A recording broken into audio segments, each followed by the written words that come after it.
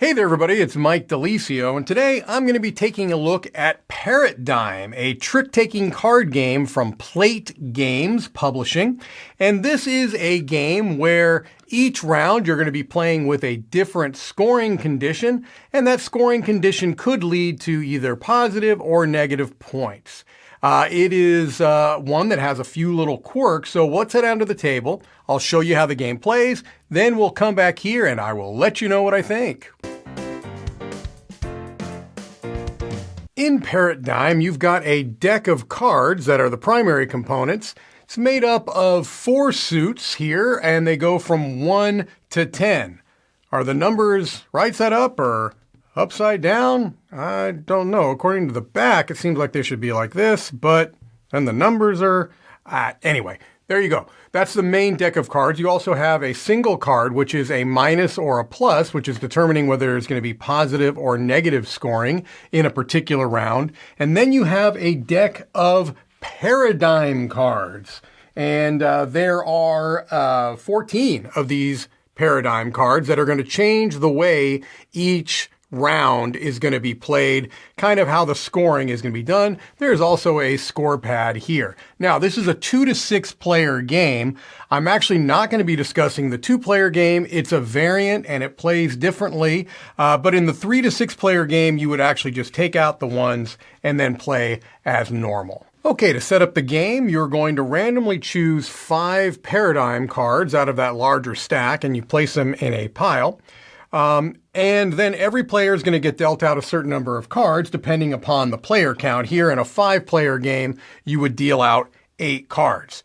A first player would be chosen randomly, and then what they're going to do is they're going to look at their hand of cards, and then they're going to determine whether this is going to be a negative scoring round or a positive scoring round based upon the Parrotdigm card that is in play for that round. So the starting player should announce to the table what the current Parrotdigm is. In this case, it's number 4. You gain or lose 10 points for every number 4 card you collect. And so maybe they'll look at their hand of cards, see what they're working with, and try to determine how likely it is that they're going to capture 4s. And so knowing that the high cards are 10s here, they've got a single 8. They don't really have a lot of high cards, so maybe they don't think they're going to capture a whole lot of 4s, and because of that, they're going to make this a negative scoring round and say, okay, well, at the end of this round, you're going to lose 10 points for every number 4 card you collect. So, they go ahead and they will play out the first card. This is a must-follow trick-taking game, meaning that whatever the lead suit is must be followed if possible. And the winner of the trick is going to be the highest card of that first played suit. So maybe they feel pretty confident that someone's going to have to play higher than this 4. So the starting player plays out that 4 into the trick. The next player looks at their hand of cards. If they've got cards in that suit, they have to play it, and they do. And both of those cards is going to beat that, so it's not great. They don't want to throw the 9 out there because they know they don't want to collect the 4. They're hoping someone's going to have to play higher than this 5. So they play the 5 in. Third player here looks at their hand of cards. They're feeling pretty good because they don't have any of that suit, so they don't have to play. They do think maybe, look, I've got 3 9s here. Another 4 could come up of one of these suits. I want to just get rid of one of these high cards. So maybe they throw out that yellow 9, knowing that it cannot win the trick since it is not of the lead suit. Come here to player 4. They're in a situation where they've got 2 of the lead suit. They definitely don't want to win this one, so they'll play the 3. Knowing that that is safe because a 5 has been played. And then we come over here to this player, the last player, and they are in a bad situation because they have 2 cards of the lead suit. Both of them are higher than a 5. So they'll just go ahead and throw out the higher of those 2 and play that. And now that means that this is the highest card of the lead suit, which was blue. They have to collect all of these cards, and they now know that they already have minus 10 points working against them this round. this is the player that won the trick. They would go ahead and lead out the next round by playing any card that they want. And it would continue like that until all of the cards have been played. At the end of the round, the players are going to look through the cards that they have won through any tricks they've won. And for every 4, in this case, will be worth minus 10 points. That would get recorded on the score sheet so that they can keep track of their score.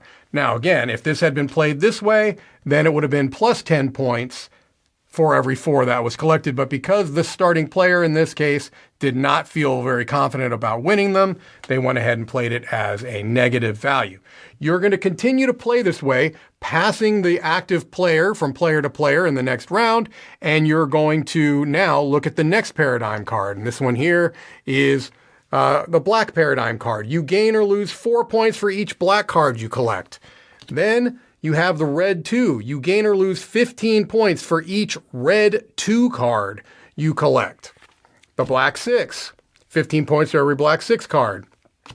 This introduces a trump color into the game. Normally, there is not a trump suit, but if this Parrotdigm comes out, the starting player, after looking at their hand, will choose the trump color, and that trump color would always win if it's played into a trick. And it's saying that you're going to gain or lose 4 points for every trick that you collect. And again, every one of those Parrotdigms is going to be paired up with whether it's negative or positive scoring. There are more Parrotdigm cards in the game. This one is called Challenge, where you have to apply all of these rules simultaneously. And there is a list on how all of these works. I'm actually going to save playing train for last, but you can see gain or lose 4 points for every blue. Gain or lose 10 points for every number 7. Gain or lose 4 points for every trick. Gain or lose 4 points for every red. Gain or lose 4 points for each pair of cards you end up with the same number. Gain or lose 4 for each yellow. If you take the last trick, you gain or lose 25. If you gain, or if you take the second to last trick, you gain or lose 15. If the playing train Parrotdigm comes out, you're almost playing a different game here. This is saying you gain or lose 25 points for going out first and 15 points for going out second, but you're not playing really a trick-taking game. If this one comes up, you're now playing a shedding game where the idea is that you are playing out a card. The leading player would play out a card in the center of the table, and then other players are trying to get rid of all their cards. And the way that you do this is that if you are playing in a row, you are playing a card that is 1 lower or 1 higher than the card that had been played. So let's say this player, they could play this 8 right here. If another player had the 7, they can play that right there. The other thing that you can do is you can play the same number but in a different color, and that would go and lead to a new row. And you're going to continue to play this way until someone has shed it out completely, and they would be the first one to go out would either gain or lose 25 points, depending on whether it was a positive or a negative scoring round. All right, that's the general idea behind Parrotdigm. Let's head back up, and I will let you know what I think.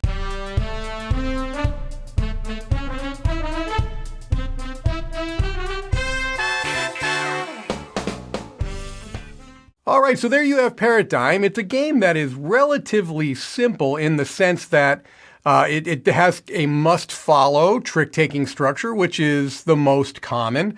However, within that simple structure, you do have a lot of kind of like twists and turns depending upon the different Parrotdigm card that you're going to be playing with. Let's just talk quickly about the production because there's, not a whole lot to talk about. It's mostly a deck of cards. I do like the illustrations of the parrots or the birds on the cards, but I'm telling you, I don't know why, but this really does bother me that the orientation of the cards seems to be upside down. So to me, I read this as this is this is the top of the card because that's the top letter in the word. But when you turn the card over in that orientation, the large number is upside down. Is it a big deal functionally? No. But does it bother me? Yes. Why isn't it this way? I know the bird is upside down in that case, but I don't know. I'm a little confused by that choice. It's not a big deal, but for some reason it does bother me, so I'm going to mention it here.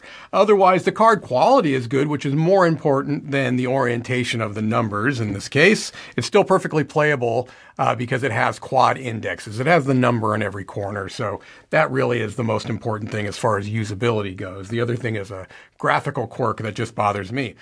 So good quality cards. I do like the illustrations. They're very simple, but that's good because you're mostly needing to know about the suit and the number of the card. So I don't know if there's any way to oh yeah, I guess if for color blindness, you would have the shape of the little plant that is next to them, next to the birds are all different depending upon what suit it is. So it looks like there is accounting for color blindness, which is very good. Okay, so talking about the gameplay, it's interesting because I do tend to like trick-taking games where there are some unique hooks, the word I use for kind of variations on the trick-taking theme. And this game really is all about that because every round you're choosing how the round, well, you're not choosing necessarily, it's determined how the round is going to be scored just based on a random draw of these Parrotdigm cards. So you're choosing 5 out of the 12 every game. So that is interesting. It's unique. It's not completely something I haven't seen before, not quite handled this way. So that's kind of a unique element. And the positive and negative, that's probably my favorite part of the game is that you, as the person who's determining it for that round, gets a chance to look at your hand and then make a determination for that. So that is cool because that definitely can lead to some, agonizing moments if it's a negative, especially. If a negative scoring is chosen, that really can lead to some tense moments. And also if positive, but it's just a slightly different psychological feeling. So I like that. But overall, I'm just going to come right out and say it. I'm not a huge fan of this game. And I think the reason is there's a few reasons why. Number one is that depending upon which 5 cards come out, it's going to drastically change the feel of the game. A lot of these cards, these Parrotdigm cards, are very similar. And I'm not saying it's likely, but what if you got 4 out of your 5 Parrotdigm cards were black, blue, red, and yellow, which basically you gain or lose 4 points for each one of those colors. If you get, and again, I know it's not likely, let's say you even got 3 out of the 5 as these. It's not going to feel very exciting to me. I do think that some of these cards, some of these Parrotdigm cards, are just more interesting than others. And so that's one of the problems I have with it is that these are not, they don't all kind of, I think, have the same interest when it comes to scoring. And so that I don't love. And then you've got the challenge card, which also feels a bit out of place because you now have 4 different things happening in one round. And that can be hard to track and a little bit overwhelming compared to the other ones. And then you've got playing train, where it's not even the same game. You're not even playing, now you're playing a shedding game. I think in most cases I'd be okay with that because that is kind of a fun little twist, but it's just, in the context of the rest of this game, it feels a little bit out of place. And so that's my main kind of gripe with the game, I suppose, is that these Parrotdigm cards do not kind of feel equally compelling, equally interesting, equally exciting. And so you could end up with a pretty interesting game depending upon which Parrotdigm cards come out. You could also end up with a kind of a dud depending upon which of these come out. And so that to me is really a big downer, and definitely is going to, affect my scoring for the game. It's not one I really want to play anymore. It's not one that I was really interested in introducing to a lot of players. And so for that being said, I'm going to give it a 5 out of 10. Do I think that it is fundamentally unsound? Absolutely not. Do I think there are some players who would like this? Yes, but it's not me. This one is not for me. And I do think that the Parrotdigm cards, which is really, I mean, that's what the game is named after, are these Parrotdigm cards. This is the main draw for this game. And I think that this is the weakest element of the game. And so for that reason, I'm giving it a 5 out of 10. All right, well, that's going to do it for me. This is Mike DiLisio, and I will see you on the next one.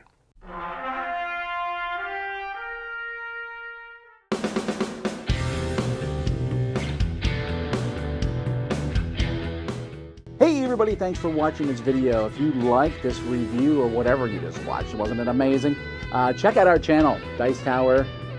We have all kinds of things. We review games, we do top 10s, we play games live. It's all about board games, but especially the people who play them. Check out Dice Tower YouTube channel.